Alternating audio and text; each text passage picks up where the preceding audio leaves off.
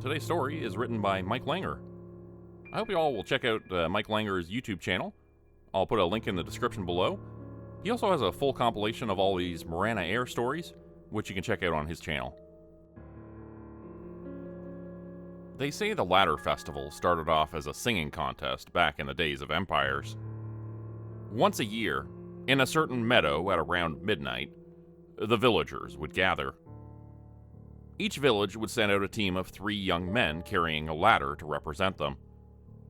2 men would hold the ladder upright, and the third would climb to the top of it and sing the songs of his people.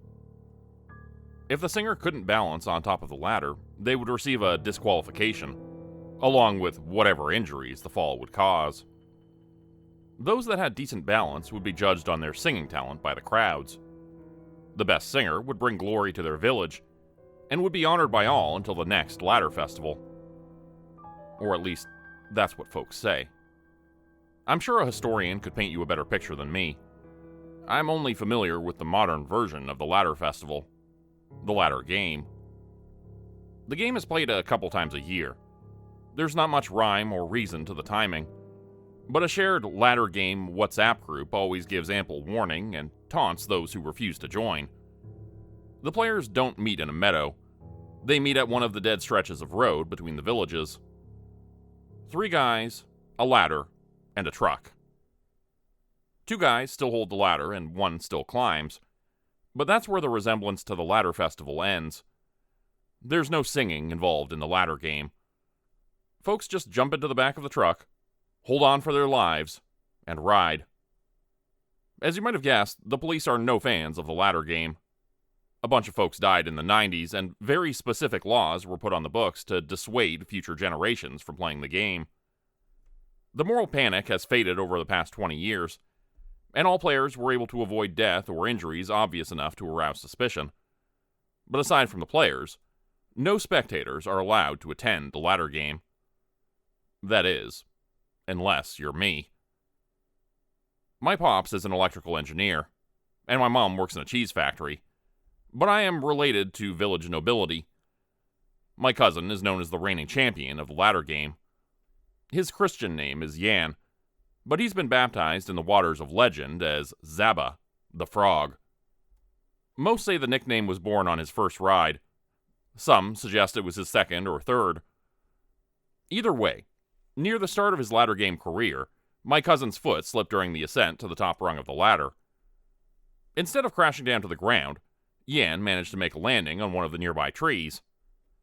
Against the advice of everyone present, Yan jumped back onto the ladder and insisted the game continue. Many claimed he was drunk.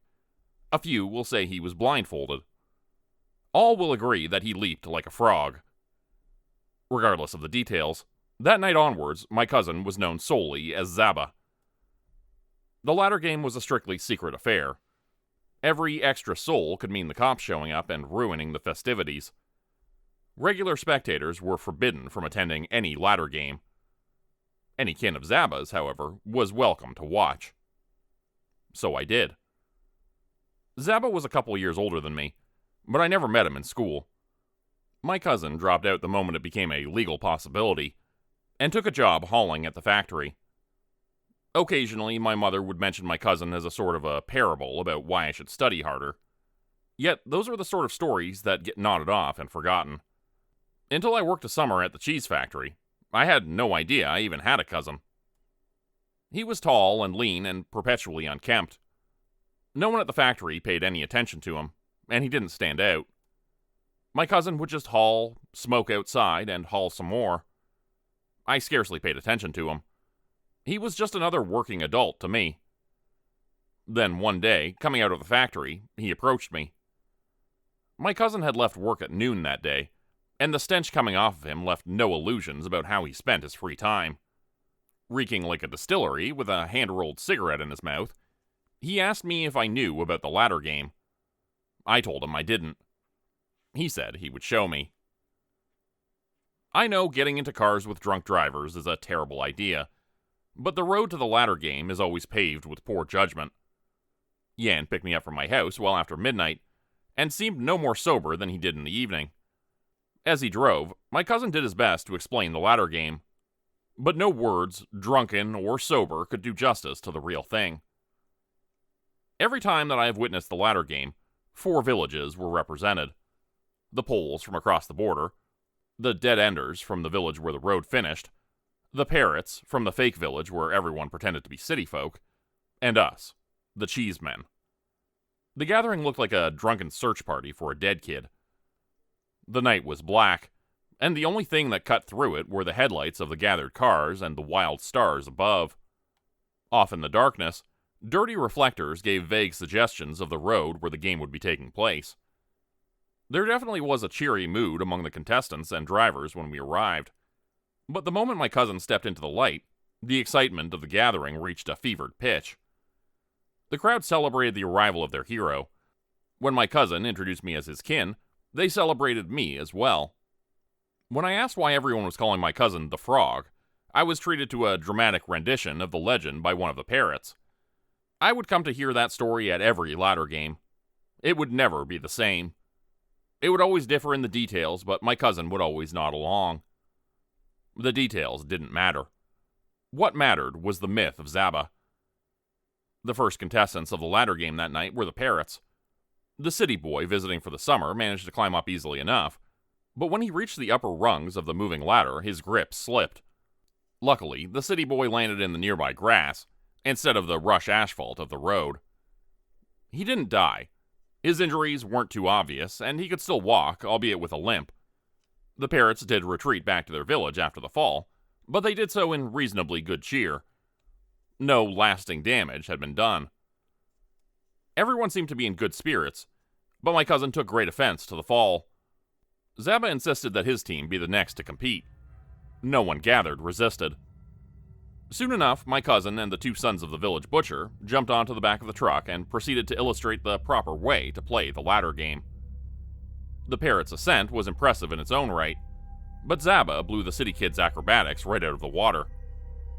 My cousin climbed to the top of the ladder with lightning speed, and when there was no space left to climb, he planted his feet on the top rung and extended his arms to his sides like the big man from the church. Where Jesus was a suffering martyr, however, Zaba was a wild manifestation of adrenaline-fueled joy. He stood atop the ladder with his arms outstretched, howling to the sky like a wolf who had just found plump prey. I watched this display of ecstasy sitting on the hood of the Polish truck. I didn't understand my drinking companion, but the Slivovitz helped bridge the divide. As my cousin screamed through the star-filled sky, I asked the Pole the question that had been on my mind all night. How does one win the ladder game? The Pole took a swig of the bottle and pointed at my cousin. The Slivovitz dulled most of my memory that night, but what I recall with burning intensity is my cousin's descent from the ladder. He came down wild-eyed and sweaty, and with a burning, hand-rolled cigarette in his mouth. He raved to all present about the beauty of the night air, about the intoxicating nature of standing on the edge. The Zaba preached the gospel of the ladder game to a ravenous crowd of followers. I soon found myself a convert. It was surreal seeing Zaba at work Monday morning. He descended from the realm of a living god to that of mere mortals. What was even more disturbing is that he didn't seem to care at all. When the other workers pushed him around and chastised him for being too slow, he simply shrugged and moved on. He knew he was something more beyond the confines of the cheese factory. So did I. It wasn't until I had visited the ladder game a couple of times that my cousin entertained the idea. My voice had turned deep, and hair was starting to spring up above my lip. I was grown enough to start thinking about becoming a man. To my cousin and all of his friends, there was only one way to end a childhood. So I trained. I climbed the ladder near the old barn with zealous discipline, and I stayed sober during every ladder game I visited, just so all the mistakes and techniques would stay cemented in my mind. I watched a lot of accidents, but the thought of backing away from the game never even crossed my mind. For each broken bone I witnessed plenty of soft falls that avoided the power lines. The memories of all accidents were washed away by Zaba's ladder-side sermons. I watched and I climbed, and I prepared for the day that I would feel the night flow through my hair. I thought that by imitating my cousin, I would get to taste the joy that flowed through his blood whenever he stepped off the ladder. When the moment to climb the ladder finally arrived last night, I got what I was promised. Last night, I tasted the forbidden fruit that my cousin would get so intoxicated from. Had that been the only thing that happened, I would look back at last night with joy. Yet, last night, I witnessed much more than just the rush of the ladder game. It's been a strange week. My induction into the ladder game was meant to take place this summer, but since one of the butcher's boys got arrested on Monday, my initiation was expedited. I was to become the second ladder holder for the cheesemen, but no one was allowed to hold the ladder if they didn't climb it. I didn't feel ready, but Zaba said I was. I didn't question his expertise. In the days leading up to the ladder game, there were rumors of the parrots hearing strange noises in the night, and the dead enders spoke of snakes falling from the sky in their village. The rumors didn't help my nerves, but strange tales are pretty standard in the countryside. The night before the ladder game, I woke up to the sounds of unearthly thunder, but I was far too sleepy to make sense of it. It wasn't until the morning that the terror had reached me. A storm swept through the hills. A storm filled with fist-sized hail and chilling gusts and enough rain to turn all the fields into mud. The storm dragged on into the afternoon, and didn't die off until sundown. I was still scared of the wind or hail making a return when I was suspended in the air, but it wasn't until the contestants converged that true fear struck me. Only one of the dead enders showed. The first had stayed at home in shock. The other had slipped from a ladder while checking the dead-end church for stork nests. He was dead, impaled on the metal fence of the church. The parrots didn't show at all, presumably because of the storm. But their absence meant nothing to me. The dead-ender was enough of an omen already. The one farmhand that showed suggested that the game be postponed to another date, and I was more than partial to the idea. Zaba, however, refused outright. The ladder game had never been postponed before, and it would not be postponed tonight. Additionally, the one dead-ender was not allowed to leave. He would hold the ladder with one of the poles as Zaba drove. I was to become a man before sunrise. It was terrifying to disagree with Zaba. Terrifying enough that I eventually relented. In my protest, however, the pole suggested they go first, and give me some time to gather my thoughts. Zaba eventually agreed. Aside from one particular wobble that put the ladder rider on a near-imminent collision course with a power line, the poles performed adequately enough. I was scarcely able to watch, though. All I could pay attention to was how sweaty my palms were getting. I was not ready to climb the ladder, but I knew I couldn't turn back. Once I knew I would one day climb the ladder, I stayed sober at all the games. I used all my brainpower to observe. That fateful night, however, it only took one look at the dead-ender who would be holding my ladder to make me reach for the Slivovitz bottle. The guy's friend was dead, and he was clearly shaken by the tragedy. I didn't trust him to keep me up in the air. The pole in charge of the other side of the ladder seemed stable enough, and the shot of Slivovitz helped loosen me up. But my hands shook as I placed them on the ladder. The moment had come. Zaba was behind the wheel, and the engine of the truck was coughing awake. My body refused to move, but with a couple of sharp words of encouragement from my cousin, I found my feet standing on wood. The first couple of steps passed by in an instant. It wasn't until I was high enough to crack my skull that my knees started to shake. The road beneath us was slick with rain, and even though I couldn't see the dead-ender's face, his mere presence made me nervous. My hands wrapped around the ladder in an iron grip, and refused to move any further. I was sure the only way my body could climb would be down, but Zaba pressing down on the gas pedal spurred me into an ascent. The faster the truck was moving, the more dangerous the ladder game would become. Zaba wouldn't let the game finish halfway through. I gathered all the courage I had and continued to climb. I kept my eyes locked on the rungs of the ladder, and simmered down all my thoughts into mechanical commands. I was going to get to the top of the ladder as quickly as possible, just so that I could get my feet back on the ground. The adrenaline kept me quick all the way to the top. I was a creature of a singular purpose. But then, my hands slowed. That elusive thing that Zaba rambled about over liquor and cigarettes, that frigid night wind, the wild stars above, that line between life and death, the purpose of the ladder game. It all hit me like a brick, but I kept my balance. I kept my balance, and I gripped the wood, and I howled like a mad wolf. Down below, the horn of the truck harmonized with me. For a fleeting moment, I felt utter rapture. Then, my body jerked to the right. It was a slight movement, barely noticeable, but when you're balancing near power lines, you tend to be hyper-aware. I looked down. My hyper-vigilance proved to be well-founded. Down below, for a mere moment, I saw the dead-ender let go of the ladder. Only the pole remained to keep me stable. He did a poor job. It all happened in an instant. One moment I was slightly off balance, and the next I was flying through the air. Before the terror of landing on the asphalt hit me, something else did. A branch. One moment I was clutching to the ladder, and the next I was clutching to the limb of an old beech tree. The wood had knocked the wind out of me, and my face was bleeding from getting acquainted with smaller branches. But I was alive. Zaba drove the truck back around and kept on insisting that I jump back on the ladder as he once did. I never talked back to my cousin, but I had no interest in leaping through the night. All I wanted to do was get my feet back on solid ground.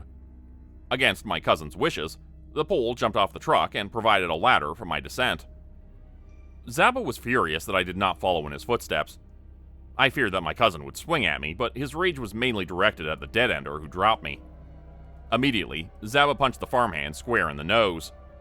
The dead-ender tried explaining that he had heard something from beyond the hills that terrified him, but Zaba was deaf to his explanation. He simply kept throwing punches until the dead-ender ran off into the night. The pole that had held onto the other side of the ladder insisted that the ladder game be brought to a close. As did his two compatriots. As did I. Had our pleas been heard, the night would have ended much differently. Zaba, however, refused to bring the game to a close. He wanted to show us how the real ladder game is supposed to be played. I felt like I had been run over by a car, but I was not allowed to leave or even sit down. Zaba wanted me to hold the ladder with the other cheeseman, and one of the poles would drive. No one wanted to take part in the last ride, especially not me. Yet, no resistance was put up. Out on those dark roads, the Zaba's word would always be law. I had never held the ladder before, but my mind was far too disturbed by my fall to feel nervous. I just clutched the wood as hard as I could, and focused on keeping completely still. I did not watch my cousin climb, but within seconds his voice was distant enough to suggest he reached the top of the ladder. He was ordering the pole to drive faster. He was ordering us to look up and witness him. That's when the rumble in the distance started. The sound was familiar. It was the exact strange thunder that I heard the night before the storm, but it was louder. Both me and the other ladder holder shouted at my cousin to come back down. In response, all the Zaba did was laugh. He wasn't going to let a little bit of rain end his fun. Only idiots were scared of thunder, he yelled. Zaba thought he was defying the weather, but it quickly became clear that it was not ordinary thunder that we were hearing. The roar rolled through the hills, until it became deafening enough to overpower my cousin's howls. It was not thunder. I had spent my whole life in the village, and encountered all sorts of bad weather, but I had never heard anything like it. There was an unnatural metallic tinge to it. It sounded less like a thunderclap and more like the roar of some massive engine. I wanted to look up at the source of the sound, but my eyes wouldn't let me. All I saw was a flash of two blood-red lights and the silhouette of something huge. A terrible pain shot through my eyes to the back of my skull. The butcher's boy was just as panicked as I was. The pole even stopped the truck. But Zaba did not come back down. The noise became unbearable. Its mere presence was so loud that I felt like I was going deaf. Something was moving right above us, but my body refused to witness it. All I could do was stare at my feet and grip the ladder with every bit of concentration I had. The light of the moon became obscured, and my feet were planted in complete darkness. Something above me moved. Something above me moved, but my neck refused to look up. All I could do was stare at my feet and pray for the terror to come to an end. The roar from the sky never fully disappeared, but once it had faded enough to allow the rest of the world to exist, I was spurred back into reality. I heard the crackling of flames above me. I looked up, expecting to see my cousin standing atop the ladder, but I did not see him. The top of the ladder was snapped away, and what was left of it was burning. Bits of flaming wood hissed in the wet grass nearby, and about a dozen meters away from the car sat another pile of flames. By the time the paramedics arrived, the body was unidentifiable, but they took our word for it. My cousin had died the same way he had lived, atop a ladder. The mechanics of his death, however, were a complete mystery. The authorities had decided that he fell into the power lines. I insisted that he had not. My cousin was nowhere near the power lines, and he wouldn't fall from the ladder. He was Zaba. What killed him wasn't a misstep. What killed him did not come from this world. Something had hit him up there. Something big and loud and hot enough to set his body on fire. In response, the cops threatened me with a breathalyzer. Their power line explanation made no sense, but they insisted upon it. No negotiation was permitted. I was the last one to accept that version of events. I put up resistance to the official story all the way until the police drove me home. It wasn't until my father, drowsy with sleep, sat down with me that I relented. He said nothing good comes from the ladder game. He also reminded me of the multitude of laws that existed to prevent the youths from engaging in that forbidden sport. I was lucky I hadn't gotten arrested. Whatever had happened, he said, was better left unexplored. I wager he's right. Yes, I wager he's right, but the questions keep eating away at me. They keep eating away at me, and I reckon they always will. That terrible engine sound is still scratching against my ears, and I can still feel the wood of the ladder against my palms.